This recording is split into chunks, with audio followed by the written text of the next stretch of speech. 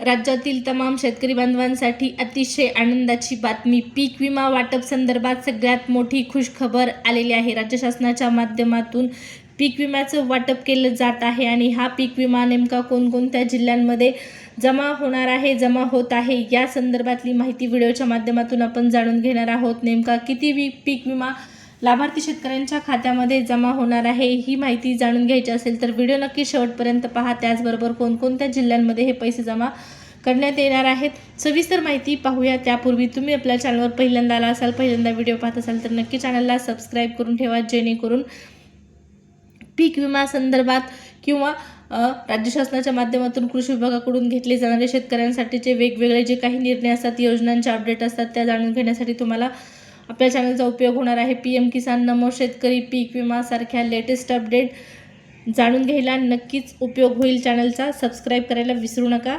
या ठिकाणी पहा, महाराष्ट्र शासनाच्या माध्यमातून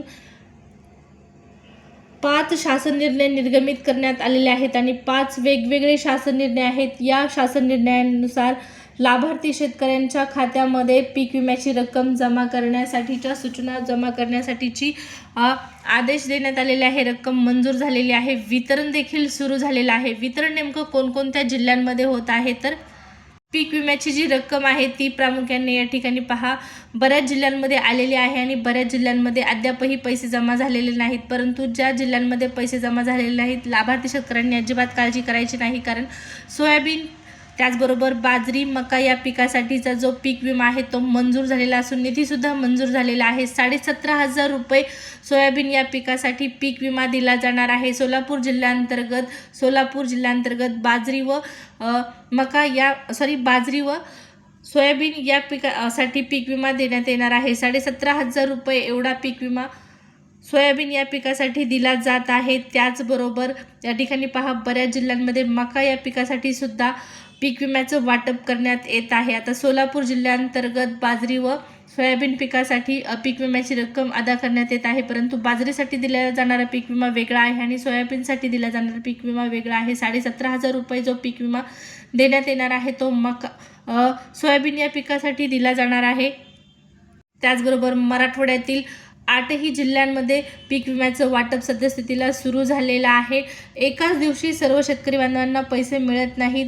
पहा, लाभार्थी शेतकऱ्यांची संख्या मोठी आहे. त्याचबरोबर DBT प्रोसेसलाही वेळ लागतो आणि सगळ्यात महत्त्वाचं जे आहे ते पीक विम्याची रक्कम मंजूर झालेली असून हे वितरण सुरू आहे. आज उद्यापर्यंत हे वितरण होणार आहे आणि जे शेतकरी बांधव पात्र असतील त्यांच्या खात्यामध्ये नक्कीच पैसे जमा होणार आहेत. सोयाबीन या पिकासाठी 17,500 रुपयाचा पीक विमा निश्चित सध्यास्थितीला करण्यात आलेला आहे आणि ही रक्कम वितरित करण्यासंदर्भातली माहिती कृषी मंत्र्यांनी सुद्धा दिलेली आहे.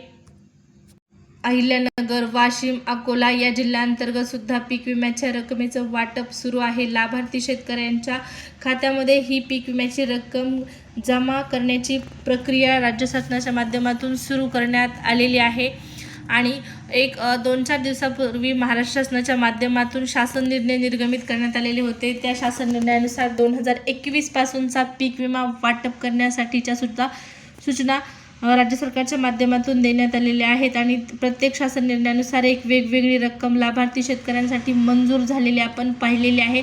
तो व्हिडिओ जर तुम्ही पाहिलेला नसेल तर नक्कीच पाहून घ्या. 2021 पासून ते 2024 पर्यंतचा पीक विमा लाभार्थी शेतकऱ्यांच्या खात्यामध्ये जमा करण्यात येत आहे.